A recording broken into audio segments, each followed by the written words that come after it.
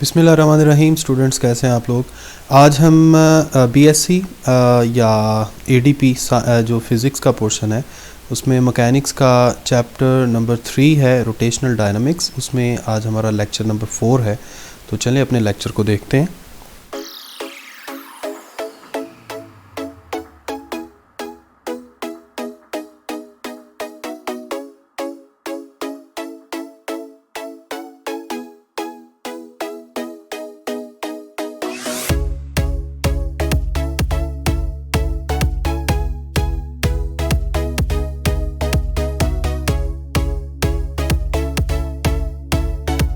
जी तो बच्चों, सामने आपको टॉपिक अपना नज़र आ रहा है। ये है रोटेशनल इनर्शिया या इसका दूसरा नाम है मोमेंट ऑफ इनर्शिया। तो सबसे पहले तो आपको ये पता होना चाहिए कि इनर्शिया क्या चीज़ है। आपने न्यूटन लॉज ऑफ मोशन, जो आपने Newton first law of motion पढ़ा था, उसमें हम सिंपल इनर्शिया को डिफ़ाइन करते हैं that the property of object which oppose any change in the state of rest और ऑफ यूनिफॉर्म मोशन। यानी अगर एक बॉडी रेस्ट पे पड़ा हुआ है, आप उसको मूव करवाने की कोशिश करें। इसी तरह एक बॉडी मूव कर रहा है और आप उसकी मोशन को ख़राब करने की कोशिश करें। मतलब इसका क्या है कि आप मूविंग ऑब्जेक्ट की जो वेलोसिटी है उसको चेंज करने की कोशिश करें। तो हम ये बात ख़ुद भी एक्सपीरियंस कर सकते हैं, ये चीज़ कि हमें ऑपोजिशन का सामना करना पड़ता है, and this opposition is called inertia. जितना ज़्यादा मैसिव ऑब्जेक्ट होगा उतना ज़्यादा हमें वो अपोज करेगा और उतना ही ज़्यादा उसका इनर्शिया होगा।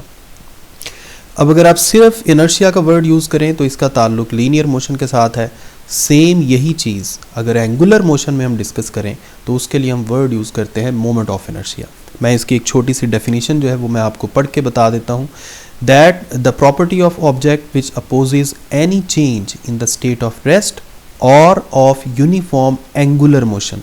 यानी एक बॉडी जो रेस्ट पे आप उसे घुमाने की कोशिश करें, या एक बॉडी जो पहले से घूम रहा है आप उसकी एंगुलर वेलोसिटी उसको चेंज करने की कोशिश करें, तो वो बॉडी आपको अपोज करेगा, and this opposition is called moment of inertia, जो आपको इस वक्त डेफिनेशन सामने नज़र आ रही है।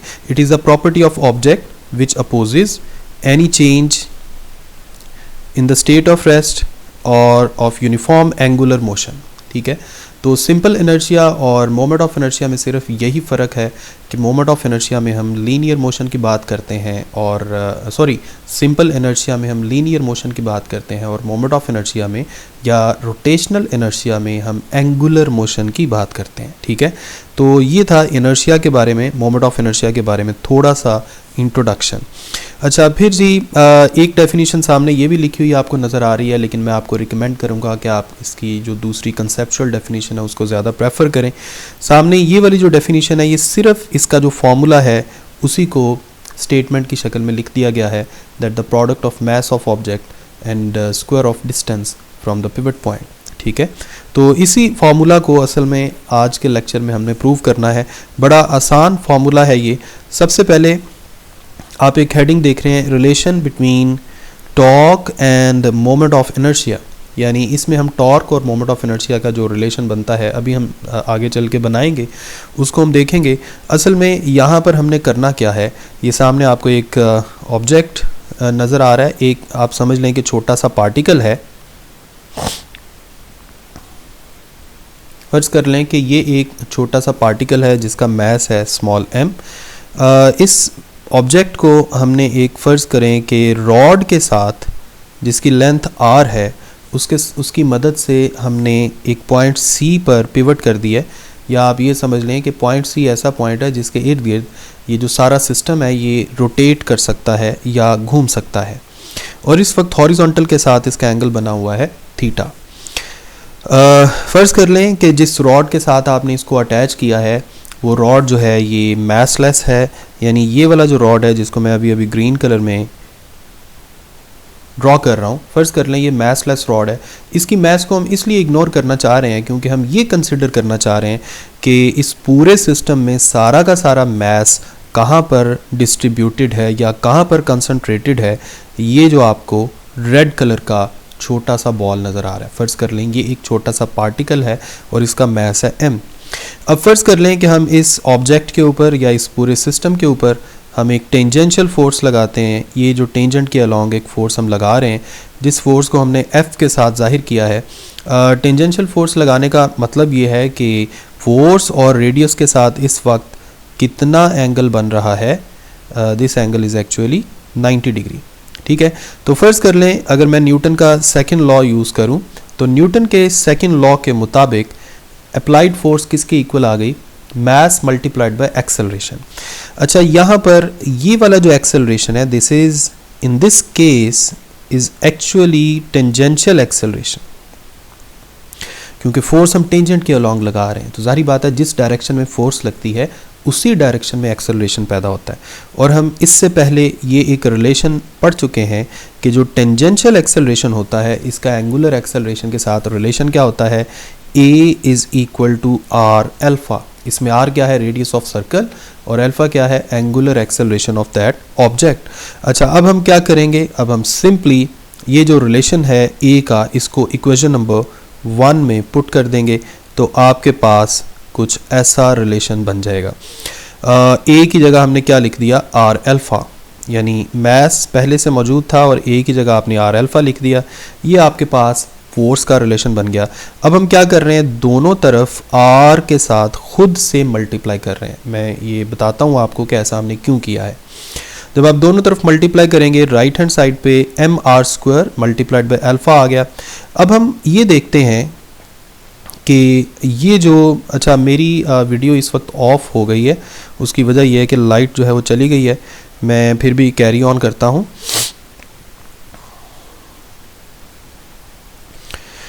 जी, तो मैं आपको बताता हूँ इसकी रीज़न क्या है।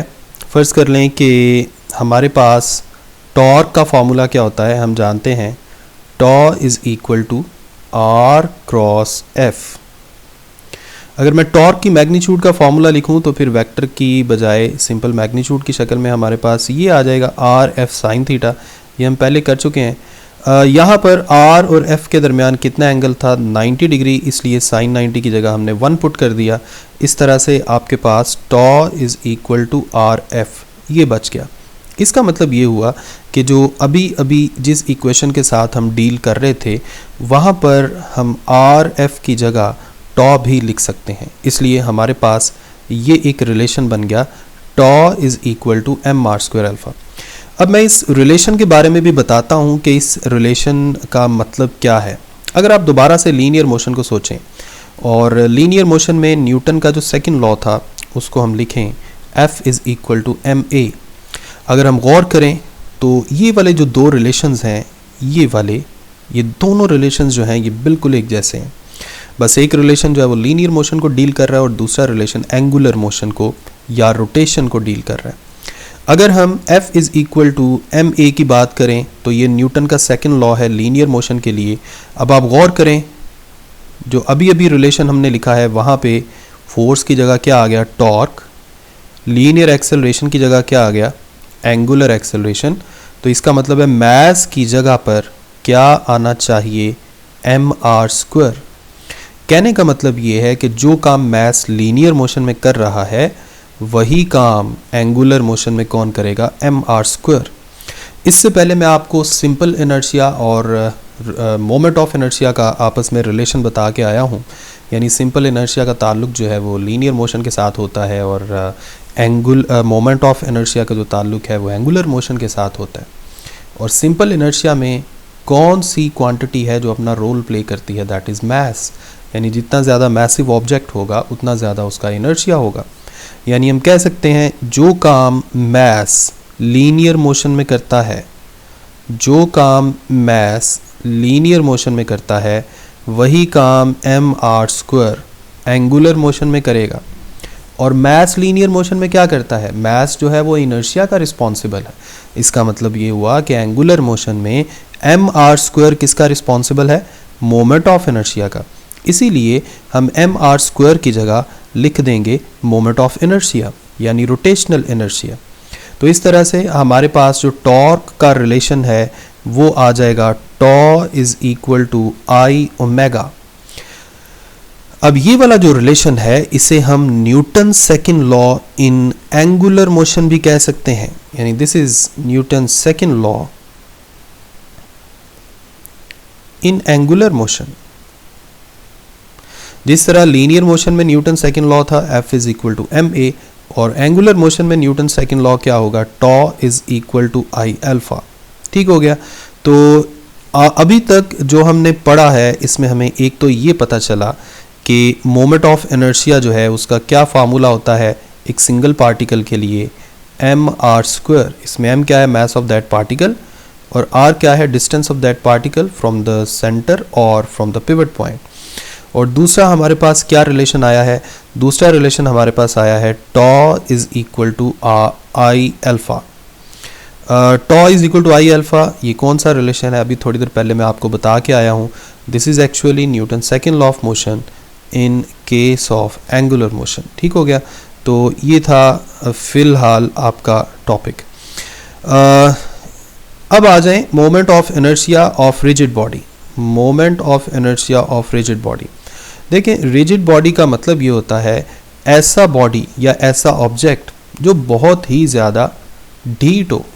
ढीठ से क्या मुराद है, ऐसा बॉडी जिसकी शेप आप चेंज ना कर सकें, यानी जिसके एटम्स या मॉलिक्यूल्स के दरमियान जो डिस्टेंस है वो चेंज ना हो सके।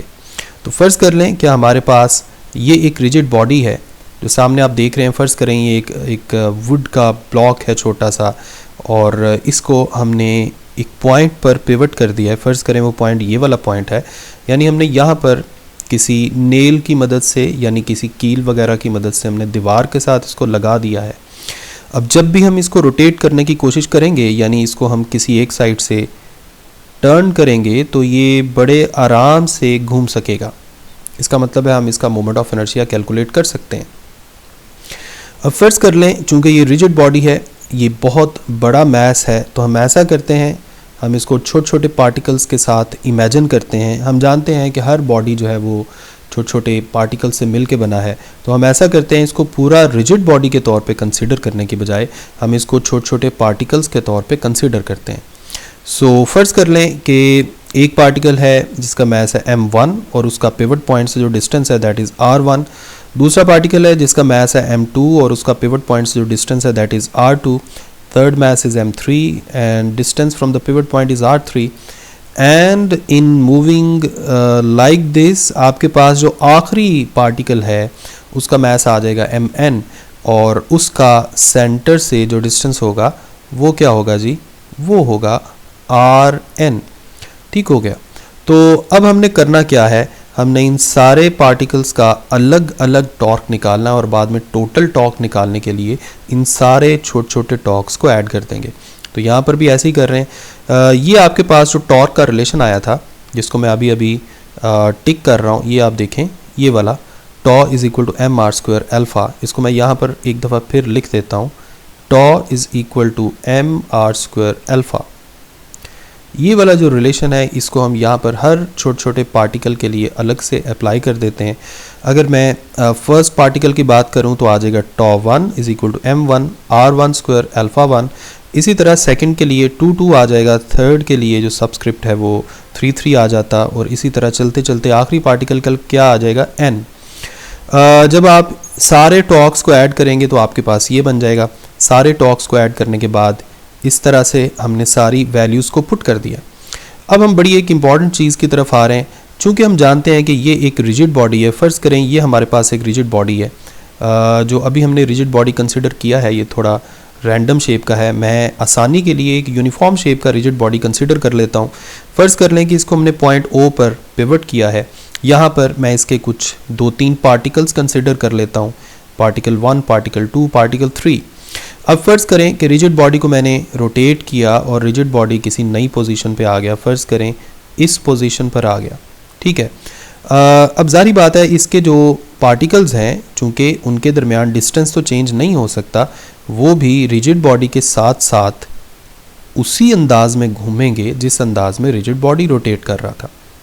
कहने का मेरा मतलब ये है कि जितना एंगुलर डिस्प्लेसमेंट पूरा का पूरा रिजिड बॉडी कवर करेगा वही सारा का सारा एंगुलर डिस्प्लेसमेंट आप मेजर करके चेक कर लें, थीटा 1, थीटा 2 और थीटा 3 बिल्कुल सेम होंगे, यानी इसके सारे पार्टिकल्स के जो एंगुलर डिस्प्लेसमेंट हैं दे मस्ट बी सेम। तो इसका मतलब ये हुआ कि अगर रिजिड बॉडी है तो रिजिड बॉडी के अंदर जितने भी पार्टिकल्स हैं उनका एंगुलर डिस्प्लेसमेंट क्या होगा, सेम। चलते चलते सबको हम क्या बोल देंगे, थीटा। इसी तरह अगर मैं एंगुलर वेलोसिटी की बात करूं, यानी rate of change of angular displacement, तो वो भी जारी बात है सेम होगा। इसी तरह अगर एंगुलर एक्सेलरेशन पैदा होगा तो वो भी जारी बात है सेम होगा। चलते चलते सब के लिए हम सेम नोटेशन यूज़ कर सकते हैं, सबका एंगुलर डिस्प्लेसमेंट सेम, सबकी एंगुलर वेलोसिटी सेम, सबका एंगुलर एक्सेलरेशन भी सेम। तो इसीलिए यहाँ पर अगर आप गौर करें तो हमने alpha 1, alpha 2, alpha 3 up to alpha n सब के लिए अल्फ़ा ही यूज़ कर लिए। जब हम अल्फ़ा पुट कर देंगे अल्फ़ा कॉमन आ जाएगा, जब अल्फ़ा कॉमन आ जाएगा तो ब्रैकेट के अंदर आप देख लें हमारे पास सिर्फ m1r1 square plus m2r2 square plus mnrn square, तो ये पूरी सीरीज़ हमारे पास आ जाएगी। हम जानते हैं कि एक पूरी सीरीज़ को एक ही टर्म की शक्ल में लिखने का तरीका क्या होता है कि हम सिग्मा यूज़ कर लेते हैं। ये हमने सिग्मा यूज़ कर लिया, जहाँ जहाँ 1 1 2 2 3 3 या n n लिखा था वहाँ पर हमने सबस्क्रिप्ट यूज़ कर लिया i, ये आपको i नज़र आ रहा है, और यहाँ पर सिग्मा के साथ हमने i को डिफ़ाइन कर दिया कि i की वैल्यू कहाँ से लेकर कहाँ तक जा रही है, 1 से लेकर n तक जा रही है। मतलब ये हुआ कि अगर हम i की जगह 1 पुट करेंगे तो हमारे पास फर्स्ट टर्म आ जाएगी, 2 पुट करेंगे सेकंड टर्म आ जाएगी, 3 पुट करेंगे थर्ड, और n पुट करेंगे तो आखिरी टर्म आ जाएगी। और सिग्मा का मतलब क्या है कि हमने दरमियान में ऐड करना है। ठीक हो गया। अब इसी रिलेशन को हम दोबारा से उसी फाइनल रिलेशन की शक्ल में लिख सकते हैं जिसको हमने बोला था second law of motion for कौन सी मोशन, angular motion. Tau is equal to I alpha. अब इसमें आई क्या चीज़ है, आई किसकी जगह हमने लिखा है, आई हमने लिखा है ये ब्रैकेट वाली टर्म की जगह, यानी ये सारा कुछ जो है this is moment of inertia. और ये किसका moment of inertia, this is the moment of inertia of whole rigid body. यहाँ पर आप कुछ फार्मूले भी देख रहे हैं, ये फार्मूले जो है ये मुख्तलिफ शेप्स ऑफ रिजिड बॉडीज़ हैं और उनके डिफरेंट एक्सिस ऑफ रोटेशन के मुताबिक अगर हम उनको रोटेट करके मोमेंट ऑफ इनर्शिया कैलकुलेट करें तो ये उनके फार्मूले हैं। आप इनको मेमोराइज़ कर लीजिएगा, आगे चल के अगले टॉपिक्स में हम इंशाल्लाह इन फार्मूलों को प्रूव भी करेंगे। तो आज का लेक्चर इतना ही था, नेक्स्ट लेक्चर में इंशाल्लाह बाकी काम करेंगे। और तब तक अपना ख्याल रखें और मुझे अपनी दुआ में याद रखें। अल्लाह हाफिज़।